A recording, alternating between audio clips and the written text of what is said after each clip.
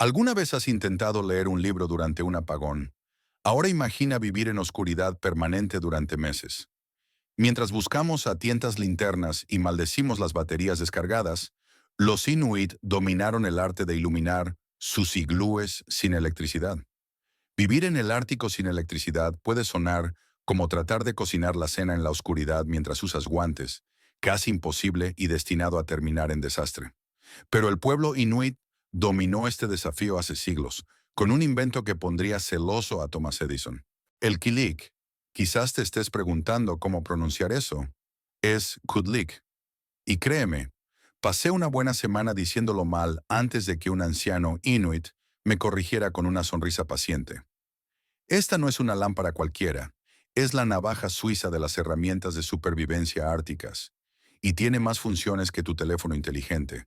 Aunque, admitámoslo, no puedes usarla para publicar fotos de tu cena en Instagram. El quillic es esencialmente un plato poco profundo, de forma ovalada tallado en piedra de jabón, pero llamarlo solo un plato es como llamar a la Gran Muralla China solo una cerca. La piedra de jabón no se elige al azar, es el conductor de calor perfecto de la naturaleza. El material absorbe el calor tan eficientemente que incluso después de que se extingue la llama, continúa irradiando calor como un radiador terco que se niega a renunciar a su trabajo. Esta propiedad lo hizo invaluable durante los duros inviernos árticos, donde las temperaturas podían caer más bajo que el vientre de un pingüino. El genio del Killik radica en su simplicidad, mientras que aquí estamos luchando con dispositivos complicados que necesitan actualizaciones de software cada 2 días. Los Inuit crearon un dispositivo que funciona con aceite de foca, ballena o pescado. Estas tampoco fueron elecciones aleatorias. Estos aceites arden más lento que un burócrata gubernamental procesando papeleo. Producen una llama brillante y constante, con un mínimo de humo, lo cual es crucial cuando vives en un espacio cerrado. Nadie quiere que su iglú huela a una barbacoa mal manejada, especialmente cuando la ventana más cercana no se puede abrir exactamente en un clima de 40 grados bajo cero. Es interesante cómo las mechas se hacían de materiales que harían que los fabricantes de lámparas modernas se rascaran la cabeza con incredulidad. Musgo seco, algodón ártico, incluso cabello humano. Sí, leíste bien. Imagina decirle a alguien hoy que estás usando los recortes de su cabello para iluminar su casa. Probablemente bloquearían tu número más rápido de lo que puedes decir solución de iluminación sostenible. Pero estos materiales no se eligieron por su valor de impacto. Eran perfectos para llevar el aceite hacia la llama a través de la acción capilar, el mismo proceso que ayuda a los árboles a extraer agua de sus raíces a sus hojas. Cada material tenía sus propias ventajas. El musgo era abundante y fácil de reemplazar. El algodón ártico ardía constantemente. Y el cabello, bueno, siempre estaba disponible siempre y cuando alguien de la familia no estuviera completamente calvo. Los Inuit conocían los recursos sostenibles mucho antes de que se convirtiera en un hashtag de moda. La versatilidad del Killik avergonzaría a los sistemas modernos de hogares inteligentes. ¿Necesitas luz? Listo. ¿Buscas calentar tu iglú? Cubierto. ¿Quieres cocinar la cena? Solo agarra tu olla y colócala sobre la llama. ¿Necesitas secar la ropa mojada? El Killik te respalda. Es como tener toda tu cocina de IKEA condensada en un dispositivo, menos las frustrantes instrucciones de ensamblaje y los tornillos adicionales que parecen aparecer de la nada. Una estadística particularmente fascinante sobre el Killik. Medio kilo de grasa de foca podría proporcionar hasta 8 horas de luz y calor continuos. Eso es más eficiente que algunos generadores de emergencia modernos y no hace tanto ruido. De hecho, cuando se maneja correctamente, el Killik era tan eficiente que una familia podía mantener temperaturas agradables dentro de su iglú, incluso cuando hacía suficiente frío afuera como para congelar tus palabras a mitad de la frase. La colocación del Killik dentro de un iglú era crucial. No solo se arrojaba en cualquier lugar como tiramos nuestros cargadores de teléfono hoy. Se sentaba en una plataforma especial, a menudo posicionada para maximizar la distribución del calor y la reflexión de la luz en las paredes de nieve. Los Inuit entendieron los principios de la termodinámica y la reflexión de la luz mucho antes de que estos conceptos tuvieran nombres científicos elegantes. Eran los diseñadores de interiores originales, pero en lugar de preocuparse por si las cortinas combinaban con la alfombra, estaban calculando el ángulo perfecto para la distribución del calor. Sin embargo, la verdadera magia del Kijik no estaba solo en sus propiedades físicas, se convirtió en el corazón de la vida social inuit. Las familias se reunían a su alrededor como nos reunimos alrededor de nuestros televisores hoy, aunque argumentaría que sus conversaciones probablemente eran más interesantes que ver programas de realidad en exceso.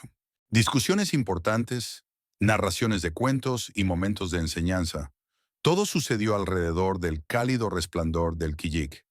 Era la red social original, conectando a las personas cara a cara en lugar de a través de pantallas y emojis.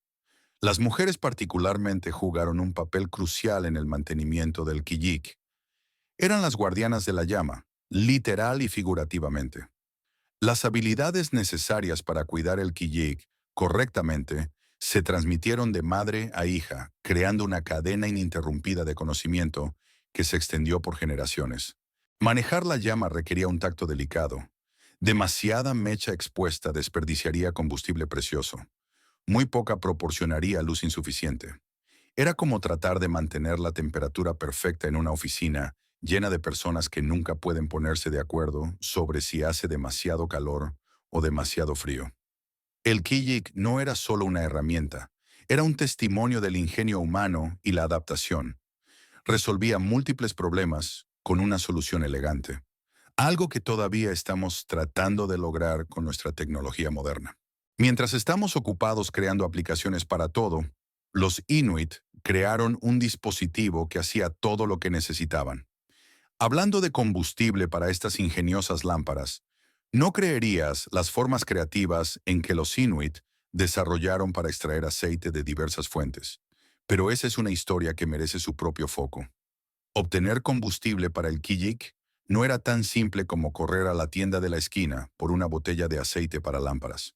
De hecho, todo el proceso era como dirigir una pequeña refinería de petróleo ártica, excepto que en lugar de enormes tambores de acero y maquinaria complicada, tenías bolsas de piel de foca y mucha paciencia. Y créeme, se necesitaba mucha paciencia cuando hacía 40 grados bajo cero afuera y tus manos se estaban congelando. La estrella del espectáculo era la grasa de foca, el paquete de energía propio de la naturaleza. Una sola foca anillada adulta podía proporcionar hasta 29 kilos y medio de grasa.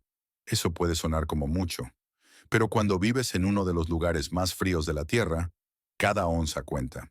Aquí está la parte realmente impresionante. La grasa de la misma foca podría mantener un Kijik ardiendo hasta por 3 meses si se maneja cuidadosamente. Habla de eficiencia energética. Pero antes de que alguien pudiera iluminar su iglú, tenían que convertir esa grasa sólida en aceite quemable. El proceso comenzó justo después de una cacería exitosa.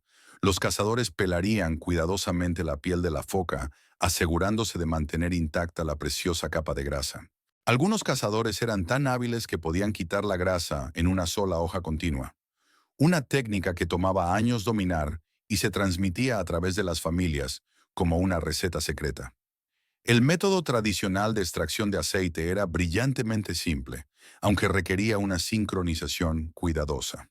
Primero, se cortaban tiras de grasa en piezas manejables, aproximadamente del tamaño de un teléfono inteligente moderno.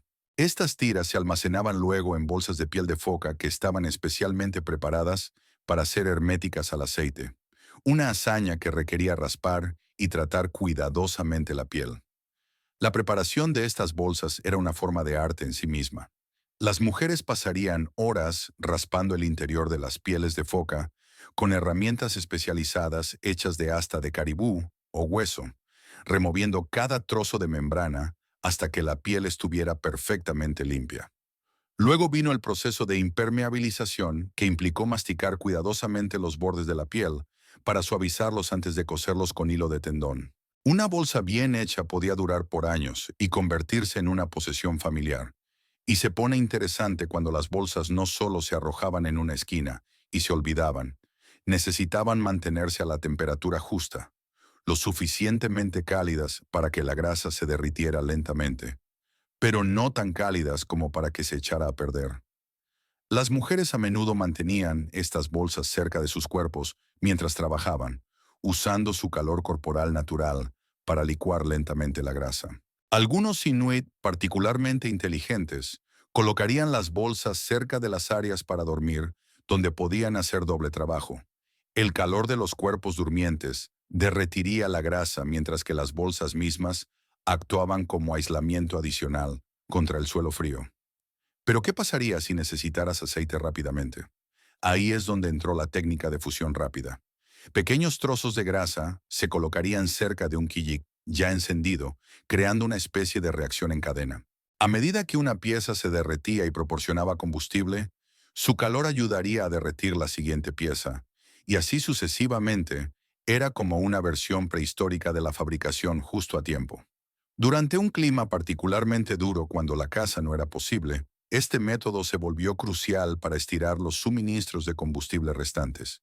Un método particularmente fascinante, aunque no para el gusto de todos, implicaba masticar, sí, leíste bien, masticar grasa. Algunos inuit realmente masticaban pequeños trozos de grasa para ayudar a descomponer las células de grasa. Luego escupían el aceite directamente en el quillic.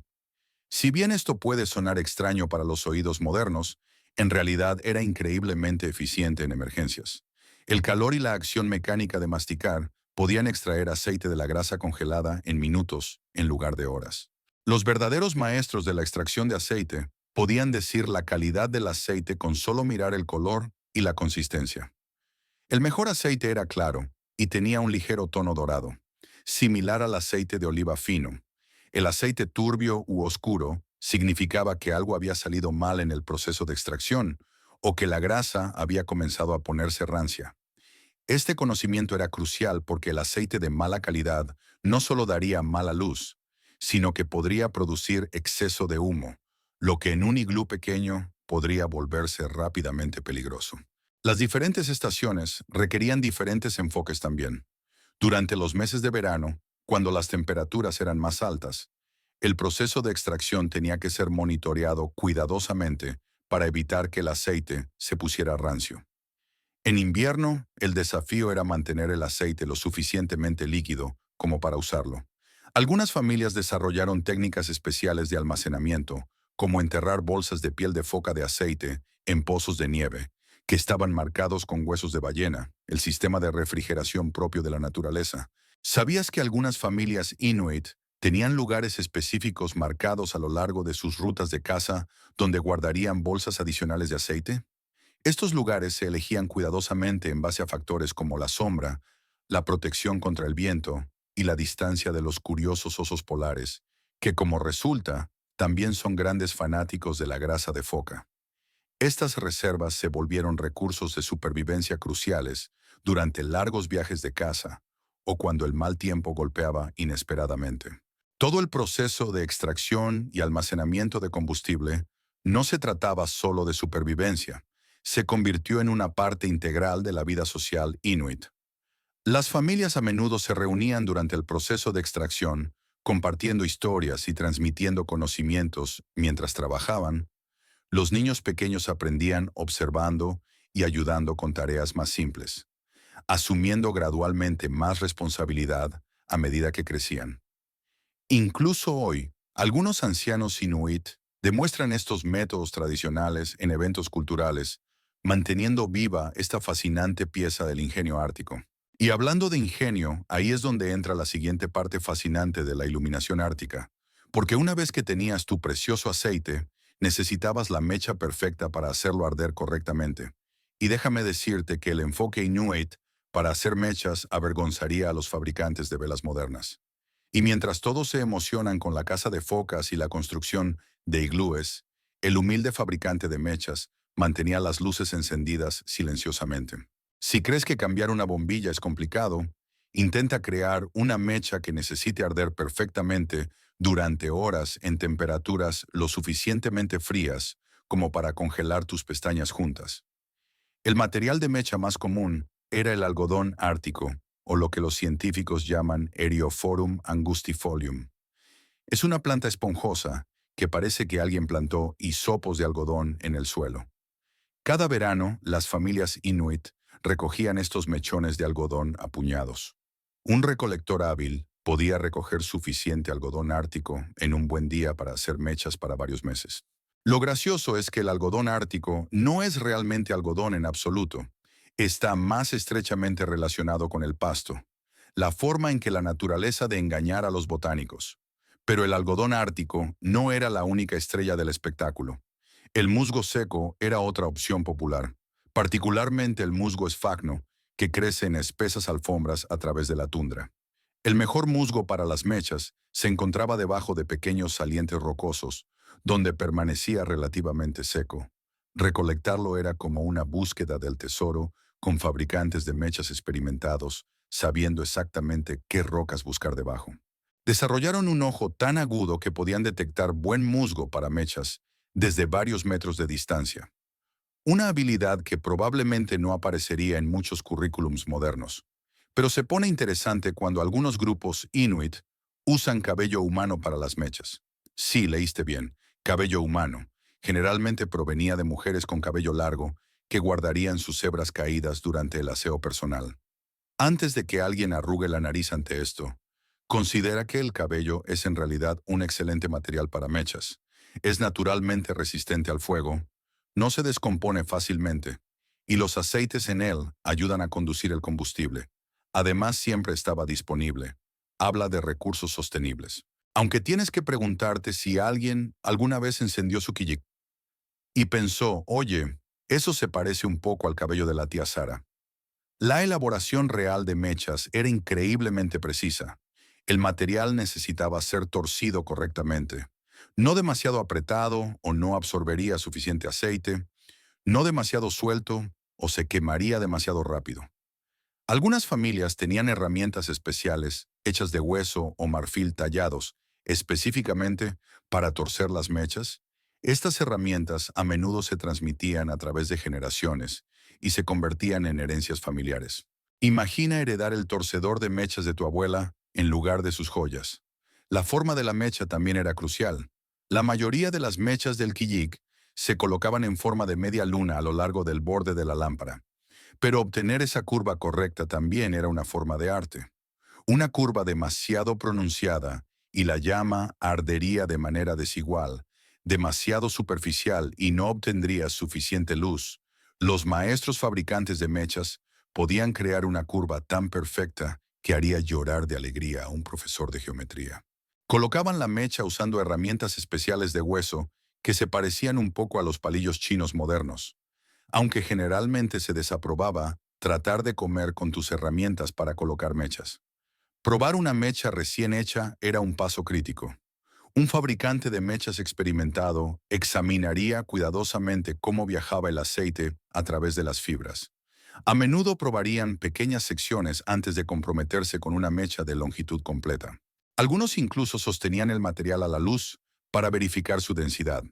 Un poco como un conocedor de vinos moderno, sosteniendo una copa para verificar su color, aunque a diferencia de la cata de vinos, probar una mecha mal hecha podría dejarte sentado en la oscuridad. Los fabricantes de mechas realmente hábiles desarrollaron sus propias técnicas de firma. Algunos variaban ligeramente el grosor a lo largo de la longitud de la mecha, creando áreas que arderían más brillante o más tenue. Otros tenían métodos especiales para mezclar diferentes materiales, tal vez comenzando con algodón ártico en un extremo y haciendo la transición al musgo en el otro. Estas técnicas eran secretos familiares celosamente guardados, transmitidos de madre a hija, junto con advertencias severas sobre las consecuencias de equivocarse. Mantener la mecha era un trabajo constante. Cada pocas horas, alguien necesitaba recortar los bordes quemados y ajustar la posición. Herramientas especiales llamadas recortadores de mechas se tallaban en hueso o marfil, a menudo decorados con patrones intrincados.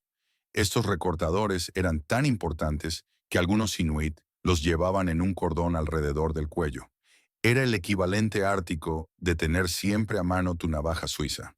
¿Sabías que algunos fabricantes de mechas podían predecir el clima por la forma en que ardían sus mechas? Una mecha que seguía tratando de tirar hacia un lado a menudo significaba que se acercaba una tormenta. Una llama que ardía extra brillante podría significar un clima despejado por delante.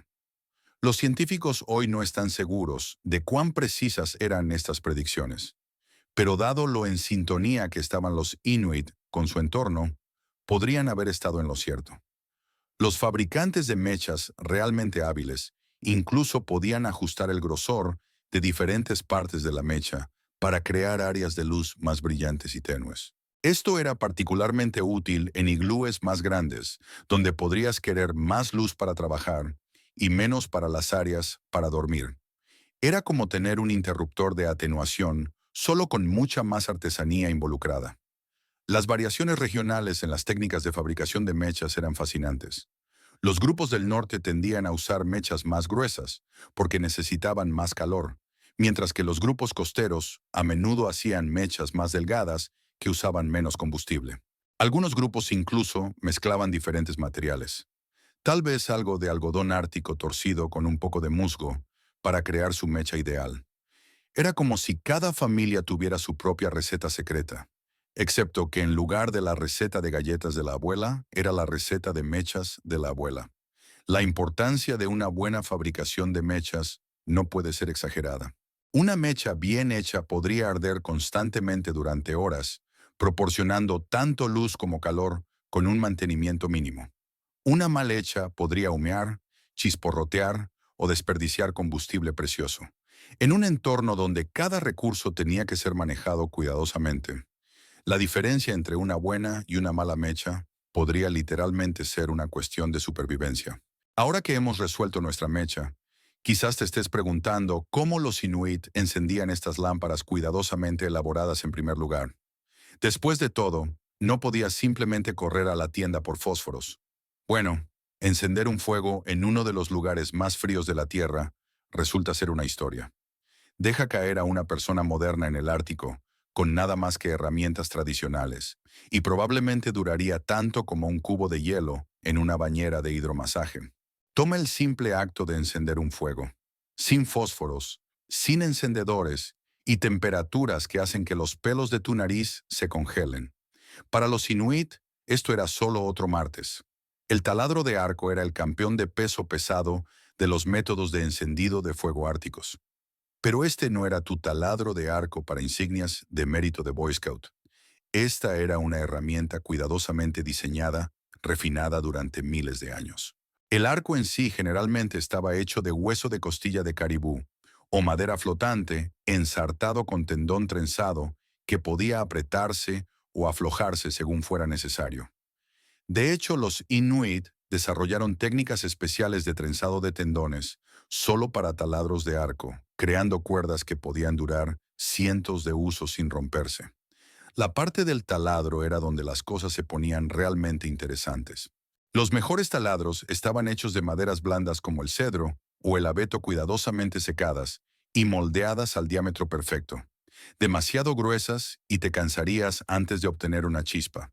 Demasiado delgadas y se rompería bajo presión. El taladro promedio tenía aproximadamente el grosor de tu pulgar, aunque algunos expertos en encendido de fuego preferían los más delgados. Dato curioso, los arqueólogos han encontrado taladros de fuego antiguos en el Ártico que tienen más de 3000 años y son casi idénticos a los utilizados en tiempos recientes. Habla de si no está roto, no lo arregles. Pero no podías simplemente agarrar cualquier trozo de madera viejo para el hogar, la pieza en la que perforas. Los mejores hogares estaban hechos de madera que había sido secada durante meses, a veces incluso años. Algunas familias tenían hogares especiales que habían sido transmitidos por generaciones, con múltiples hendiduras desgastadas en ellos, de innumerables fuegos. Estas tablas se trataban como tesoros familiares, y perder una se consideraba un revés importante. El hogar tenía que estar entallado correctamente para recoger la brasa, una muesca demasiado grande, y tu preciosa brasa se perdería en el vacío, demasiado pequeña y no obtendría suficiente aire para crecer. Los Inuit desarrollaron una muesca especial en forma de W, que era perfecta para atrapar y nutrir el pequeño carbón en vida. Lo llamaron el nido de chispas, y crear uno se consideraba una forma de arte. La técnica en sí requería una habilidad increíble. Tenías que mantener la presión y la velocidad correctas. Demasiada presión y aplastarías las fibras de madera en lugar de crear fricción. Demasiado poca y nunca obtendrías suficiente calor. El movimiento tenía que ser suave y consistente como una máquina bien engrasada. Los maestros encendedores de fuego podían encender una brasa en menos de un minuto, mientras que los principiantes podrían pasar media hora solo obteniendo humo. Ahora, encender un fuego con un taladro de arco en condiciones normales es lo suficientemente difícil. Intenta hacerlo a 40 grados bajo cero mientras usas guantes gruesos, que es por lo que muchos inuit idearon una solución brillante. Simplemente no dejaban que sus fuegos se apagaran. Desarrollaron una técnica para transportar brasas vivas envueltas en musgo seco y almacenadas dentro de huesos huecos o contenedores especiales de madera. Estos contenedores a menudo se usaban cerca del cuerpo debajo de capas de ropa de piel, donde el calor corporal ayudaba a mantener viva la brasa.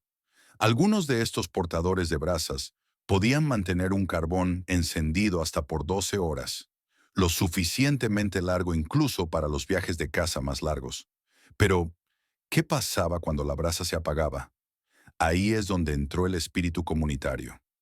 No era raro que alguien viajara varios kilómetros a un campamento vecino solo para pedir fuego prestado. No había vergüenza en ello. Todos sabían lo precioso que era el fuego. De hecho, hay historias de comunidades enteras sobreviviendo porque una persona logró mantener viva su brasa durante una tormenta particularmente mala.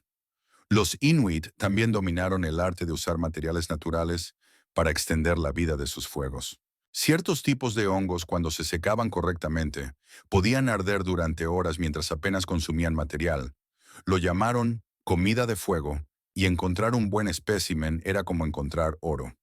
Un tipo conocido como hongo yesquero podía mantener un carbón encendido hasta por 24 horas, mientras usaba solo una pequeña pieza del tamaño de tu uña. Algunos grupos también usaban minerales para encender fuego. Trozos de pirita de hierro golpeados contra cuarcita podían crear chispas lo suficientemente calientes como para encender yesca fina. El truco era encontrar las piedras correctas. Tenían que estar secas y con bordes afilados. Algunos encendedores de fuego llevaban sus piedras favoritas en un cordón alrededor de su cuello, junto con una pequeña bolsa de yesca perfectamente seca. Podrías decir que fueron los primeros entusiastas del equipo de supervivencia del mundo. Los verdaderos maestros podían encender un fuego prácticamente en cualquier condición. Sabían exactamente cómo proteger la brasa del viento, cómo agregar yesca gradualmente sin sofocarla, y cómo construir desde una pequeña chispa hasta una llama rugiente. Un anciano lo describió como convencer al fuego de nacer, una forma poética de describir un proceso que requería tanto habilidad como paciencia. Los jóvenes inuit comenzaban a aprender habilidades para encender fuego tan pronto como podían caminar. Practicaban con taladros de arco de tamaño de juguete, hechos especialmente por sus padres para adaptarse a manos pequeñas. Para cuando eran adolescentes, la mayoría podía encender un fuego tan fácilmente como nosotros encendemos un interruptor de luz. Los realmente talentosos competían para ver quién podía obtener una brasa más rápido. Aunque estas competencias generalmente terminaban cuando la cuerda del taladro de alguien se rompía, enviándolos a girar boca abajo en la nieve. Todo el proceso era tan confiable que los encendedores de fuego experimentados podían incluso encender fuegos en condiciones húmedas. Mantenían yesca especial ultra seca, envuelta en piel de foca impermeable, protegida de la más mínima humedad. Algunos incluso llevaban múltiples tipos de yesca, cada uno adecuado para diferentes condiciones climáticas. Era como tener una caja de herramientas llena de diferentes fósforos, excepto que cada fósforo tenía que ser elaborado a mano. Hablando de paciencia, una vez que tenías tu fuego encendido necesitabas un lugar seguro para ponerlo. En un iglú no podías simplemente construir una fogata en medio del piso. Esa sería una forma rápida de convertir tu casa en un charco muy frío. Ahí es donde entró el diseño cuidadoso de las ventanas de hielo, trabajando junto con el fuego para crear un espacio habitable cómodo. Y podrías pensar que las ventanas hechas de hielo pertenecen a un cuento de hadas, pero para los Inuit eran el vidrio de doble panel original. Cuando tu casa está hecha de nieve, ¿qué mejor material para las ventanas que agua congelada? Por supuesto no podías usar cualquier trozo de hielo viejo, eso sería como tratar de ver a través de una pizza congelada. La ventana de hielo perfecta comenzaba con hielo perfecto, y eso significaba hielo de lago. El hielo oceánico era tan útil como una puerta de pantalla en un submarino. Demasiados bolsillos de sal y burbujas de aire lo hacían turbio. El hielo del lago, por otro lado, se congelaba lenta y uniformemente, creando hojas tan claras que podías leer a través de ellas. El mejor hielo provenía de lagos que eran lo suficientemente profundos como para congelarse gradualmente. Generalmente al menos 4,5 metros de profundidad. Las piernas poco profundas se congelaban demasiado rápido, atrapando burbujas de aire que hacían que el hielo pareciera estática congelada. Encontrar el lugar correcto para cosechar hielo era crucial. Los cortadores de hielo experimentados sabían exactamente qué lagos producían el hielo más claro y en qué época del año cosecharlo. Algunos lagos eran tan confiables que las familias regresarían al mismo lugar año tras año, generación tras generación. Estos lugares principales de corte de hielo eran lo suficientemente valiosos como para ser incluidos en historias orales y mapas transmitidos a través de las familias. El proceso de corte real era una forma de arte. Los bloques de hielo tenían que ser cortados a dimensiones específicas, demasiado gruesos y no dejarían entrar suficiente luz, demasiado delgados y se romperían bajo presión. El grosor ideal era de aproximadamente 1,5 centímetros, aunque esto variaba dependiendo del tamaño de la ventana y los cambios de temperatura esperados. Los maestros cortadores de hielo podían cortar láminas de hielo tan delgadas que casi podías verlas doblarse con vientos fuertes, pero lo suficientemente fuertes como para durar todo el invierno. De hecho, el hielo realmente transmite la luz mejor que el vidrio del mismo grosor. Una lámina de hielo claro de 1,5 centímetros puede dejar pasar hasta el 95% de la luz disponible, mientras que el vidrio regular solo logra alrededor del 90% más. Hielo filtra naturalmente algunos rayos ultravioleta. El primer protector solar de la naturaleza, podrías decir. El proceso de instalación requería más conocimiento de ingeniería de lo que podrías esperar. El hielo no podía simplemente pegarse a un agujero en la pared como una nota adhesiva congelada. Cada ventana necesitaba un marco preciso cortado en la pared del iglú con lados ligeramente angulados para que el bloque de hielo no se cayera hacia adentro. Los bordes se sellaron luego con una mezcla de nieve y agua que se congeló sólidamente, creando un sello hermético.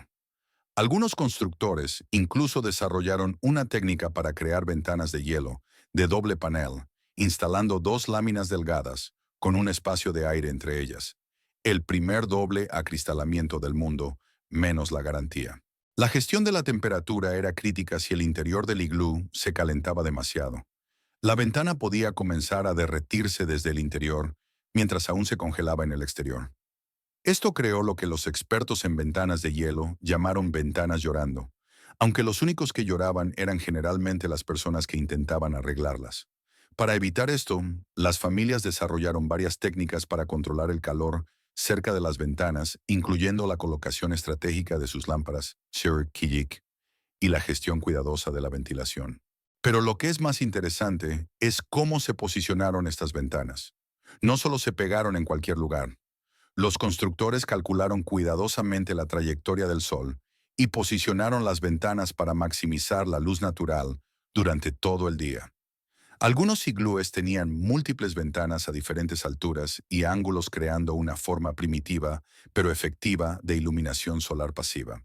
Durante pleno invierno, cuando el sol apenas superaba el horizonte, incluso unos pocos minutos adicionales de luz solar directa podían marcar una gran diferencia.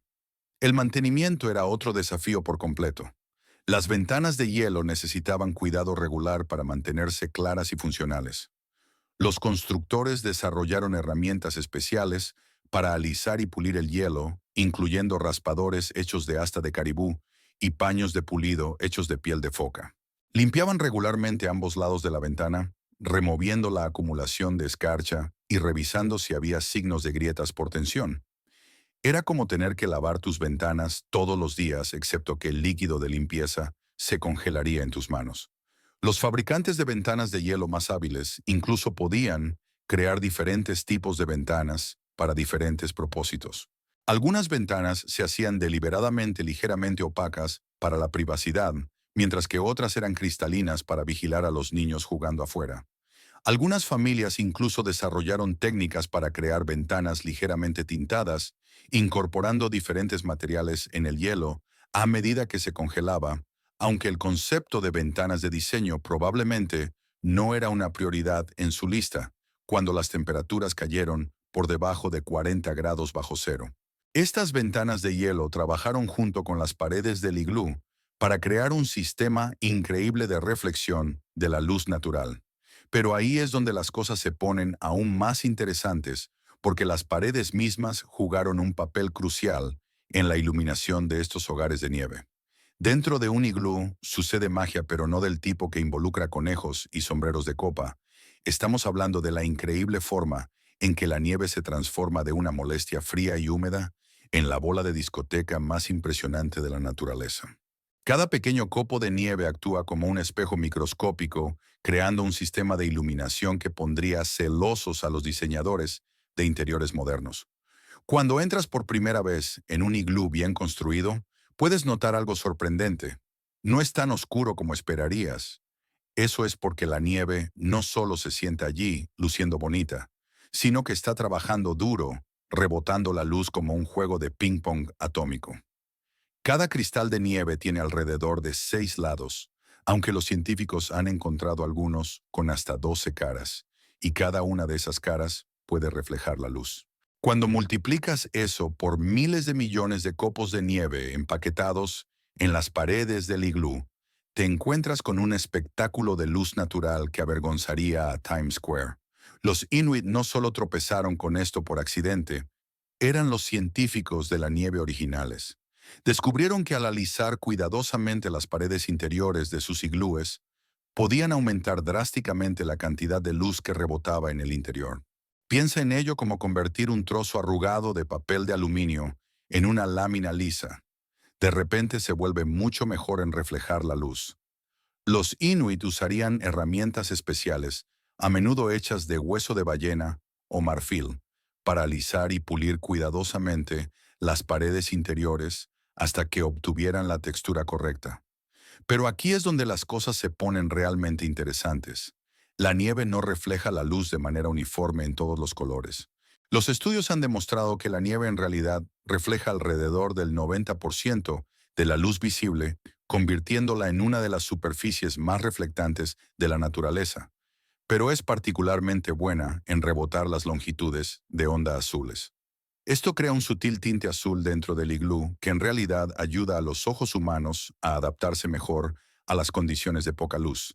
Es como la versión de la naturaleza de esas lujosas gafas de luz azul que la gente usa hoy en día. Los Inuit tomaron este fenómeno natural y corrieron con él. En áreas donde necesitaban más luz como espacios de cocina o áreas de trabajo desarrollaron técnicas inteligentes para maximizar la reflexión. A veces crearían ligeras curvas cóncavas en ciertas secciones de la pared, convirtiéndolas en amplificadores de luz natural. Estas superficies curvas concentrarían la luz reflejada en áreas específicas, algo así como un plato de satélite enfoca las ondas de radio.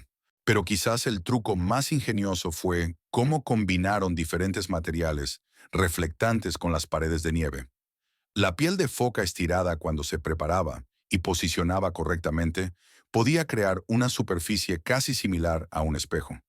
Los huesos de ballena pulidos, colocados estratégicamente alrededor del iglú, atrapaban y redirigían la luz.